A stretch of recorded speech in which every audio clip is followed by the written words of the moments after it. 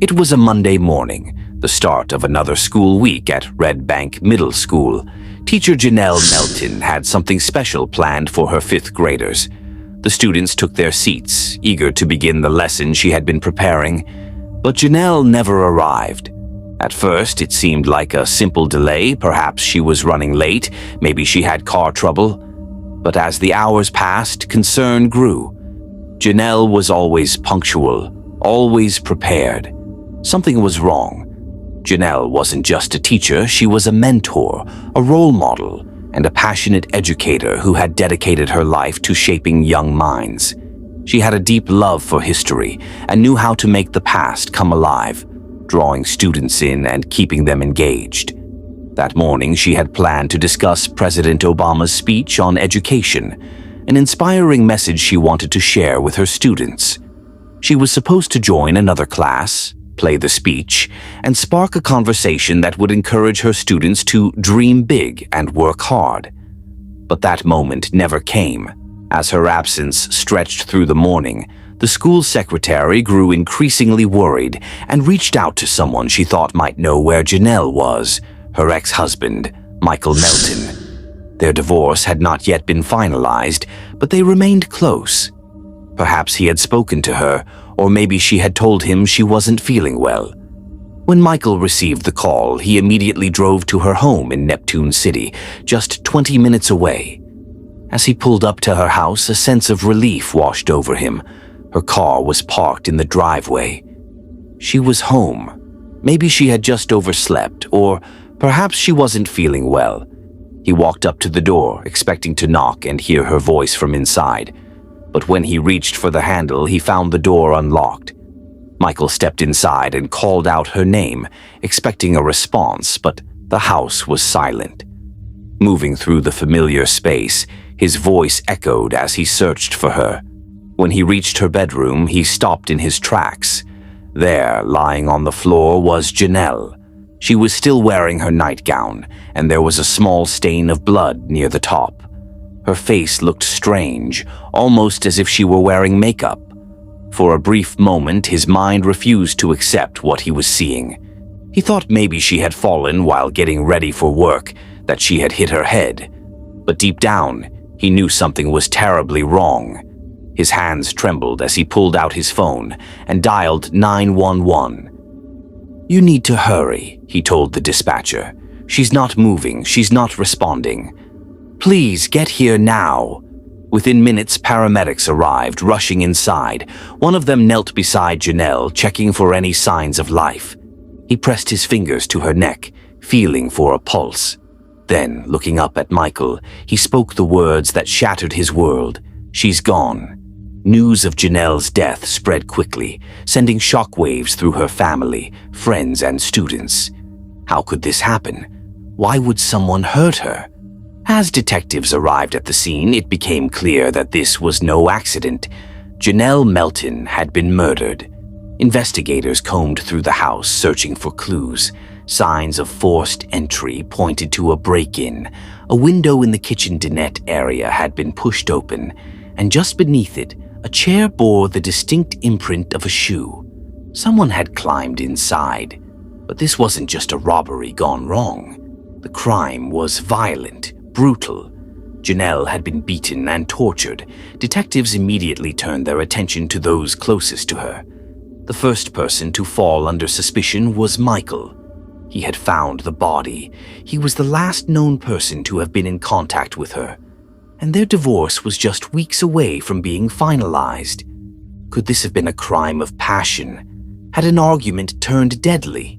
Michael fully cooperated with authorities. He answered every question, provided his alibi, and even gave them access to his phone records and DNA samples. But despite their suspicions, detectives found no evidence linking him to the crime. No fingerprints, no traces of his DNA, nothing. Eventually, he was ruled out as a suspect, but the damage had already been done. The media ran with the story, painting him in a suspicious light. Articles used the phrase "estranged husband," highlighting the pending divorce. Michael felt like the world was turning against him. "I knew they were trying to say I killed her," he later recalled.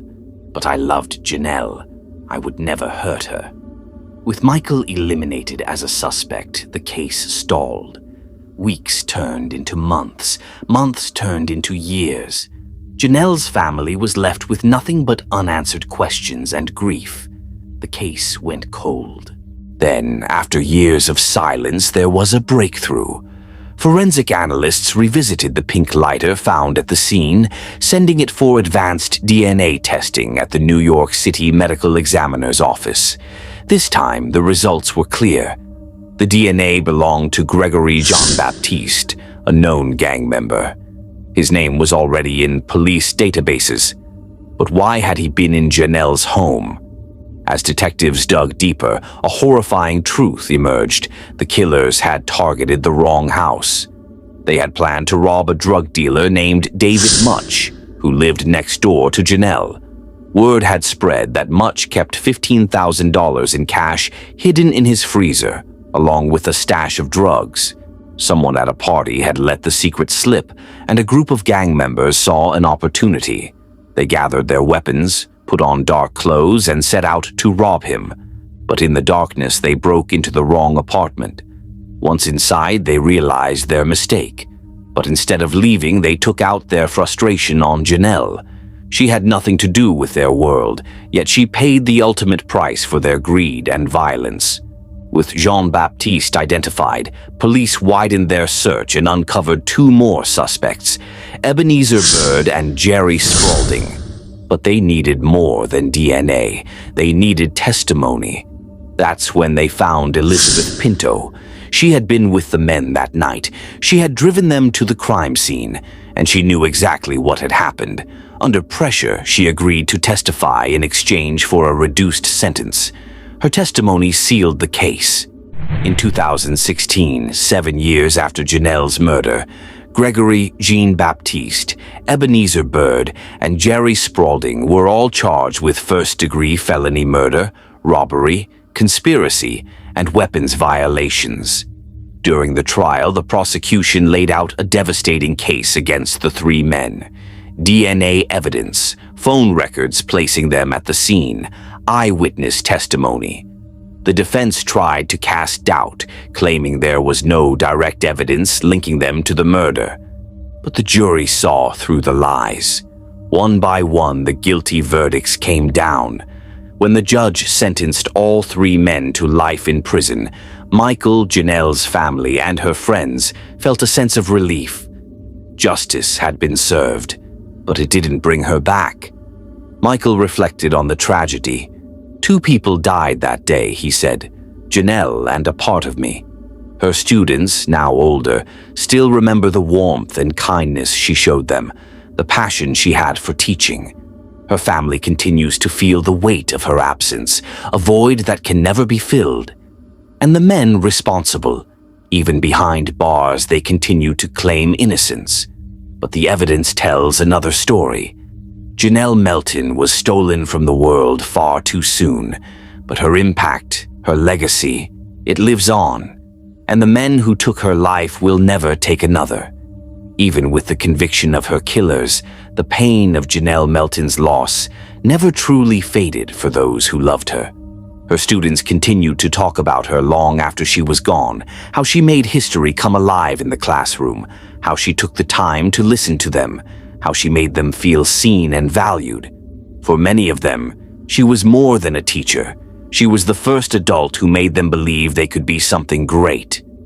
The halls of Red Bank Middle School weren't the same without her, and neither was the world she left behind. Her family, though grateful for justice, still struggled with the weight of her absence. Birthdays, holidays, even the simplest moments became painful reminders of what had been stolen from them.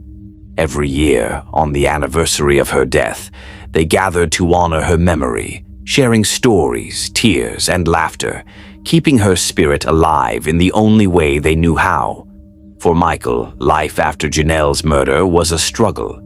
Though he had been cleared of any involvement, the suspicion that had initially fallen on him had left scars. There was a time when he felt like the world had turned against him, when people whispered behind his back, when he could feel the weight of judgment in every glance. Even after the real killers had been identified, even after the truth was known, there were still those who questioned. But he refused to let the tragedy define him. He poured his energy into advocacy, working with victims' families who, like him, had suffered from the violent loss of a loved one. He knew the pain of waiting for justice, of feeling helpless in the face of an unsolved crime, and he wanted to be a voice for those who were still waiting for answers. The legal battle didn't end with the conviction. Jean-Baptiste, Bird, and Spaulding all filed appeals, maintaining their innocence despite the overwhelming evidence against them. Their lawyers argued that the DNA on the lighter wasn't enough, that the witness testimonies were unreliable, that the prosecution had failed to prove their guilt beyond a shadow of a doubt. But the courts upheld the convictions. The sentences stood: life in prison. For Janelle's family, knowing that her killers would never walk free was a small comfort, but it didn't erase the pain. Her mother, who had once dreamed of seeing her daughter grow old, of watching her flourish in her career, of seeing her start a family, now lived with an unshakable emptiness. "You never get over something like this," she once said in an interview. "You just learn to live with the loss." At the correctional facility where the three men were housed, the years passed slowly. Locked behind bars, they had all the time in the world to think about the choices that had led them there. Jean-Baptiste, the one whose DNA had been found at the scene, continued to insist he had been wrongfully convicted. But in private conversations with other inmates, there were whispers, hints of guilt, admissions of regret.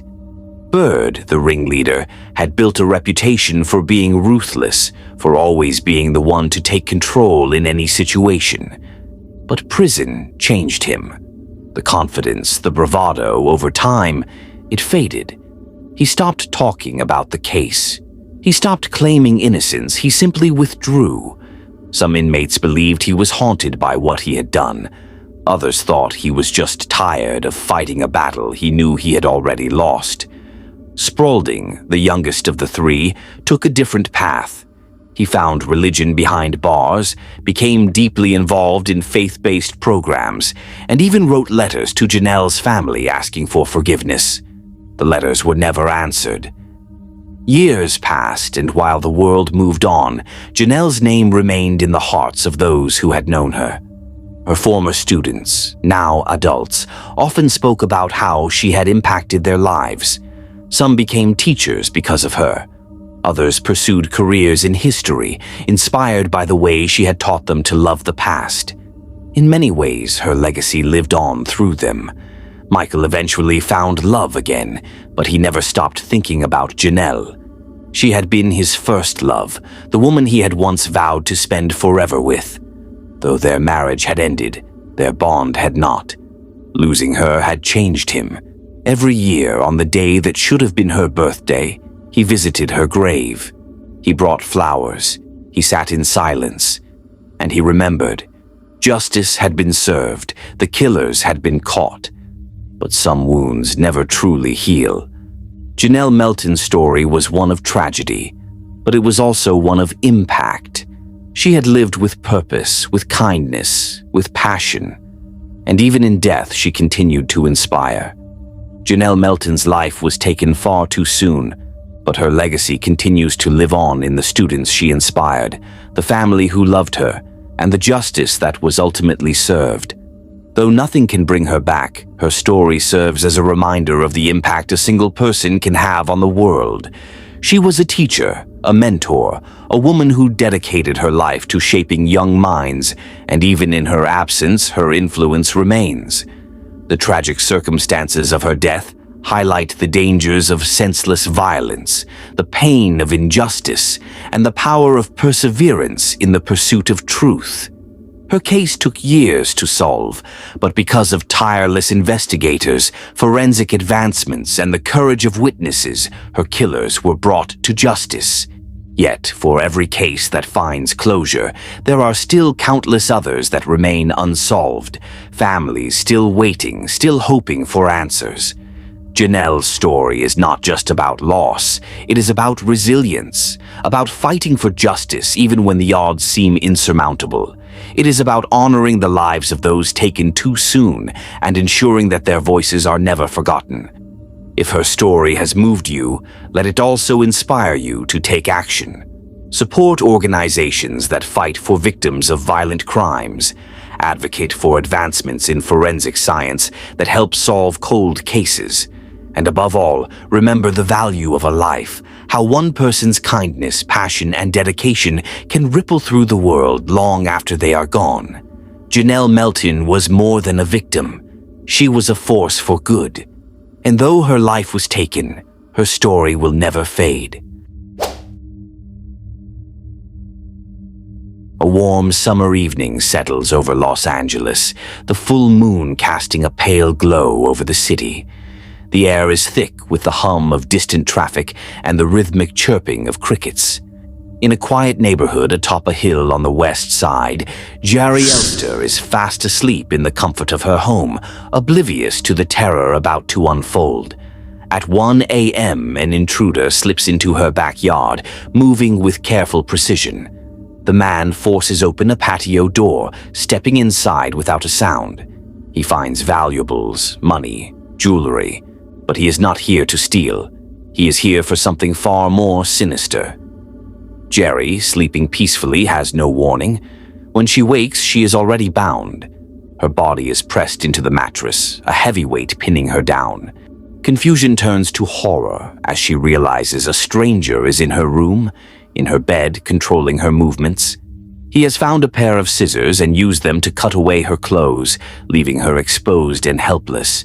She does not scream, she does not fight, she does not struggle against the ropes digging into her skin.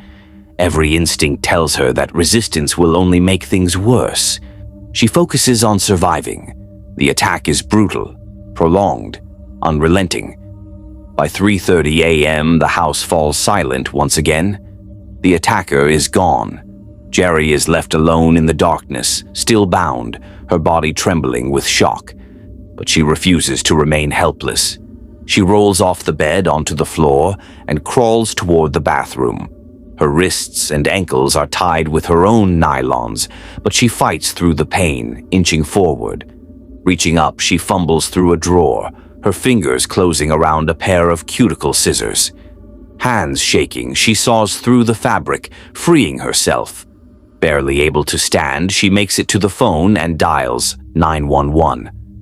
Within minutes, police flood her home, their presence both a relief and a cruel reminder of what has just happened. They rush her to the rape treatment center at Santa Monica Hospital, where medical professionals begin the invasive process of collecting evidence. Jerry is placed in an exam room, still numb, still in shock. Rape crisis therapist Melanie Burke arrives, offering a calming presence. But nothing feels real. Burke tells her that none of this was her fault, that she is doing the right thing by reporting the crime. But those words, though meant to comfort, cannot undo the nightmare. Then comes the forensic exam, another violation in the name of justice. Jerry endures it, though every moment feels like another assault. The rape kit is sealed, filled with the evidence that could bring her attacker to justice. Hours later, she is sent home. In the days that follow, she expects answers, but they do not come. LAPD Detective Jari Quinones is assigned the case. There are no witnesses, no physical description. The attacker had covered Jerry's head, leaving her with no way to identify him. Meanwhile, new cases flood the department. That month alone, 168 women are raped in Los Angeles. With fresh crimes taking priority, Jerry's case is quietly pushed aside. Days turn into weeks, weeks into months. 6 months after the attack, her case goes cold. The rape kit, her only hope for justice, sits untouched in a freezer. Years pass. By 1998, Jerry has found a support group for survivors, a space where she can share her story with others who understand. It is there that she hears something chilling, the statute of limitations for rape. Some say 6 years, others say 8. The uncertainty ignites panic. If the deadline is 6 years, time is running out. Determined to know the truth, she calls the LAPD's Sex Crimes Unit and asks about her case. The response stuns her. Her case had been archived, forgotten, left to rot on a shelf. But fate intervenes. The officer who answers the phone is Detective Richard Guzman, newly assigned to sex crimes. He listens as Jerry tells him about a newspaper article she read years earlier, a man convicted of rape in the Hawthorne area. Something about his crimes reminded her of her own attacker. She had sent the article to police hoping for a lead, but nothing had ever come of it. Guzman is intrigued. He pulls her file, reopening the case. The first step is confirming the statute of limitations. A deputy district attorney tells him they have 8 years. It is a race against time, but there is still a chance.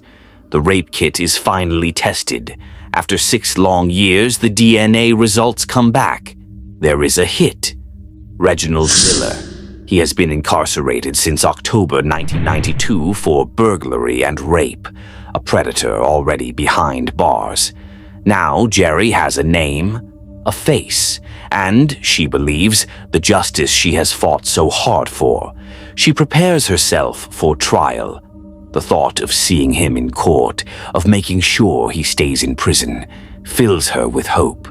After years of silence, she is finally being heard, but that hope is short-lived. On December 10th, 1999, she walks into the LAPD Pacific Division, expecting to discuss trial strategy. Instead, she is blindsided. The statute of limitations is not 8 years, it is 6. Her case expired before the DNA was even tested. Reginald Miller will never be charged for her rape. The news is a gut punch. Jerry sits in stunned disbelief as the deputy DA delivers the final blow. "We can't do anything to this man for your crime, ever. The system has failed her in the worst way, but she refuses to let this be the end." On February 29th, 2000, she stands before the California State Assembly's Public Safety Committee, sharing her story with lawmakers. With raw emotion, she tells them how her attacker escaped justice, not because he was innocent, but because the law protected him. "He will never be punished for raping me. He will be given the opportunity to rape again." Her words send shockwaves through the room. Tears well in the eyes of those listening. The bill she is fighting for gains momentum. It passes the committee, then moves to the state legislature. Jerry testifies at every step, ensuring that her pain is not in vain. On August 24, 2000, California Governor Gray Davis signs the Correa Bill, extending the statute of limitations for rape. The law takes effect on January 1st, 2001. For Jerry, there will never be justice for what was done to her. Reginald Miller remains behind bars for other crimes, but never for the one that changed her life. Yet, because of her, countless other survivors will have a chance. Because of her, no other woman will have to hear the words, "We can't do anything ever." And that is her victory.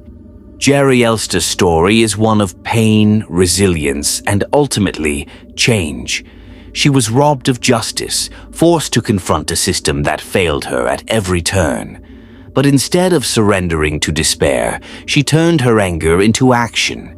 She refused to be silenced. She refused to let her case be another forgotten file collecting dust in an evidence room. Through her courage, she forced lawmakers to see what so many survivors already knew, that justice should not have an expiration date. Because of her fight, the statute of limitations for rape was extended in California, ensuring that DNA evidence could no longer be wasted by bureaucracy, and that survivors would have more time to seek justice. But Jerry's victory, while powerful, is not the end. Across the country, many states still enforce restrictive statutes of limitations on sexual assault cases. Thousands of rape kits remain untested, sitting in evidence lockers while predators walk free. Survivors are still being told that time has run out on their right to justice. That cannot continue. If Jerry's story has shown us anything, it's that one voice can make a difference. One survivor speaking out can change laws, shift policies, and hold the system accountable. But change does not happen without action. If you or someone you know is a survivor of sexual violence, know that you are not alone. There are organizations dedicated to supporting survivors, fighting for justice, and reforming outdated laws.